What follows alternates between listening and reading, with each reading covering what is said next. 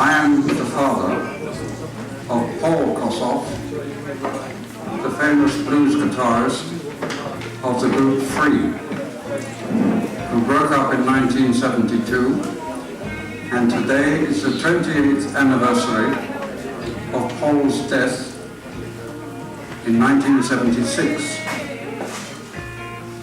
Paul, as you know, was unique. He was classically trained, and when he turned to a different kind of music, his classical teacher did not in the least resent the fact, because she knew that she had had in her acquaintance a remarkable guitarist. She remained interested in everything he did until the end of his life. He was remarkable. He was also a very sweet-natured and generous person.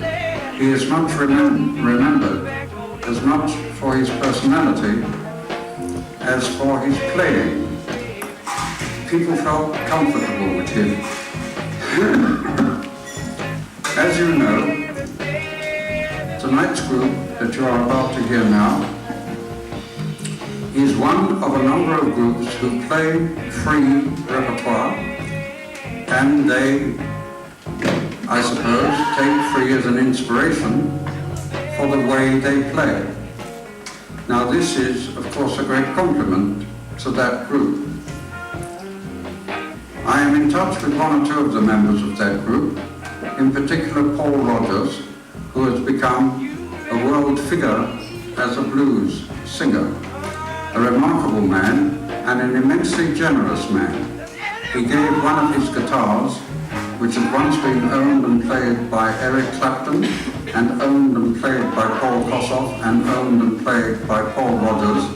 He gave it to me for the Paul Kossoff Fund, and it raised £40,000 in auction.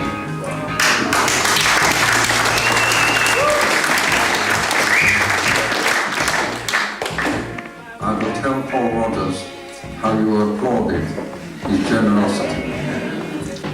And thus the fund grew and grew.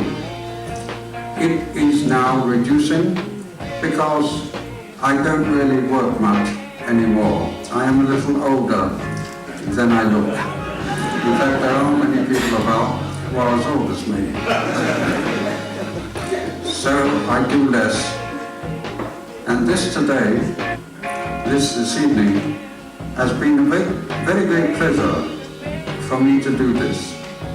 David Clayton, who most of you know, and Simon Fowles, they've made it possible for me to come down. We drove down today from Hertfordshire, the first part in torrential rain, and we got here in time.